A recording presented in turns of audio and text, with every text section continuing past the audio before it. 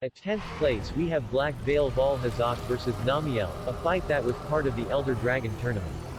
If you haven't seen it, I recommend it. Link to the tournament playlist will be in the description. I like this fight for a few reasons, the first being that both these monsters are very comparatively similar in terms of strength. I also like Namielle a lot, so I naturally wanted to see it in a fight. This battle was very unique, because they both tend to create a lot of mess wherever they go. So, Namielle created a lot of water puddles whereas Blackveil left its clouds of effluvium everywhere. Most of the normal monsters don't have these effects going for them.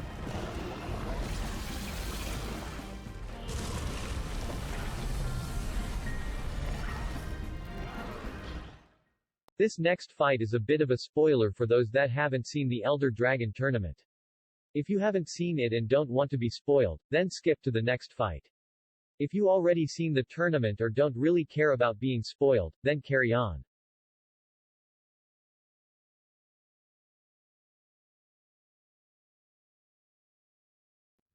Why did this fight make it to my top 10? Well, Nergigante. Okay, besides the fact that it has two of the best monsters in the game, it was a fight that was looking to be exciting, based on how well they were performing in the tournament.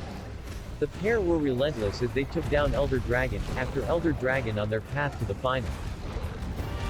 Nergigante and its variant have a reputation for being hyper-aggressive, and rely completely on physical strength for all fights. So it was nice to get a very clean fight with both monsters just going at it with their bare fists. Or spikes, should I say.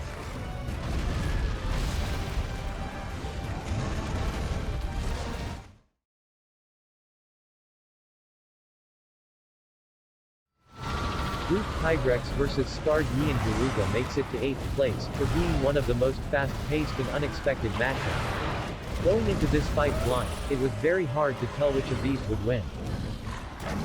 The final phase of the fight was a clutch victory, so we endured a tense finish, and that really makes these fights really interesting to watch. This fight had some really good moments, like the following.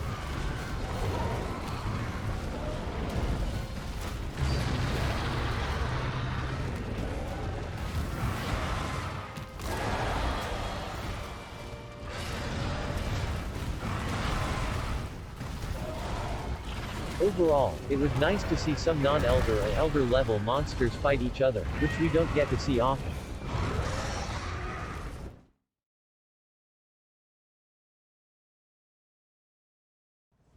Now we're starting to get serious.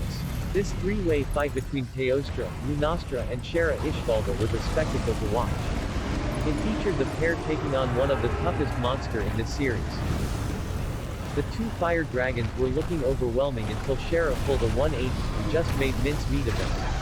Also, this was the first fight in the channel featuring more than two monsters. Because Teo and Luna never really threatened Shara in the fight, we are sort of left thinking what would happen if Shara was pushed a little further. In a way it kind of left me feeling I wanted to see more. Well, luckily we have some big fights planned for Shara.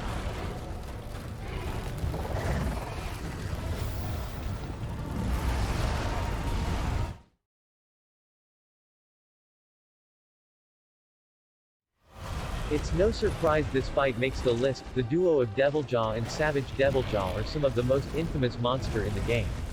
It was special for me personally for being the first full fight in this channel, and because it was a celebration for everyone helping the channel reach 1,000 subscribers. Like some of the other fights, this one was also a close call, where it could have gone either way. I personally liked Safi'jiiva better, and it was satisfying to watch it make a comeback during the fight. Another thing to note is that both Deviljho were designed to focus quite heavily on other monsters, so it made the fight even better, because they were mostly just targeting each other. Again, it had some great moments and was a great way to set this channel on the right track.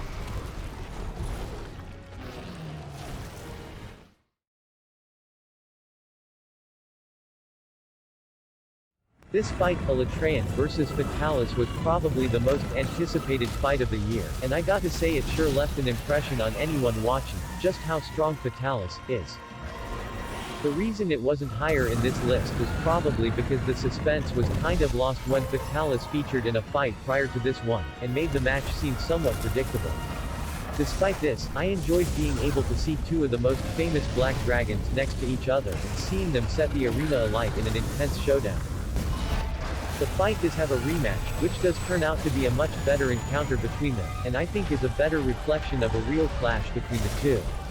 So if you felt that first fight was lacking, then I highly recommend checking out the rematch.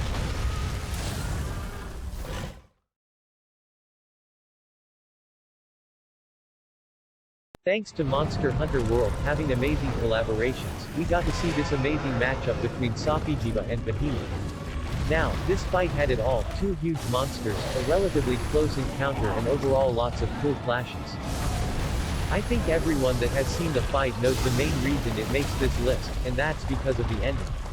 To sum up, it was one of the best cinematic finish seen on this channel to date. I have a lot of respect for both these monsters and made a really great fight overall. I particularly liked some of these key parts in the fight.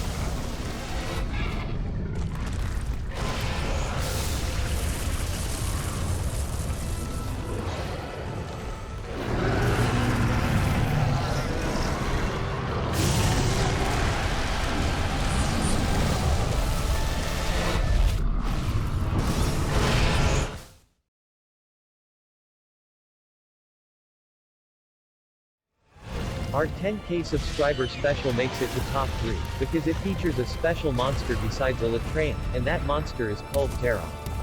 This gave us a rare insight into how a Kulve could fare against other large monsters. Besides being a great fight, we got to see yet again another really interesting move, specifically Kulve's lava-based attack in Phase 3, and it really showed us just how powerful she is. This really opened up the debate on which tier monsters belong in these fight series. What made the fight even better for me was the transition between location, and how Kulve transformed while growing stronger as the battle dragged on.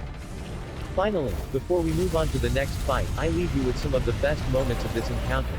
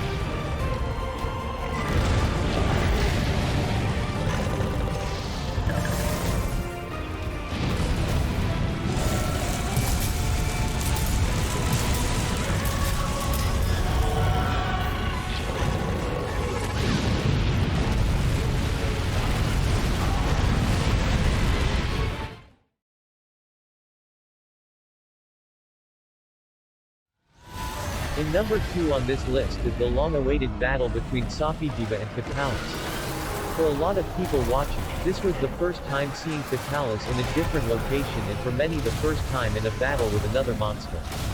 Where to begin? For starters, I really liked how Safi'jiiva transitioned between location with Fatalis to add some dynamism to this fight. Similarly, it really showed us how Safi'jiiva can take advantage of its insane healing abilities. Another thing I really liked about this match was the insane Nova Fatalis can do, and how it entirely decimated Safi'jiiva's health. For me, it was the first time seeing how Fatalis's Nova interacted with another monster, so it was a great watch. Additionally, I felt the ending left me wanting more, and more specifically how does third phase Fatalis fight.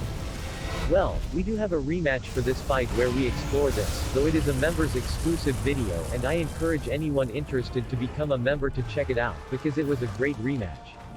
Here are some of the cool moments from that fight.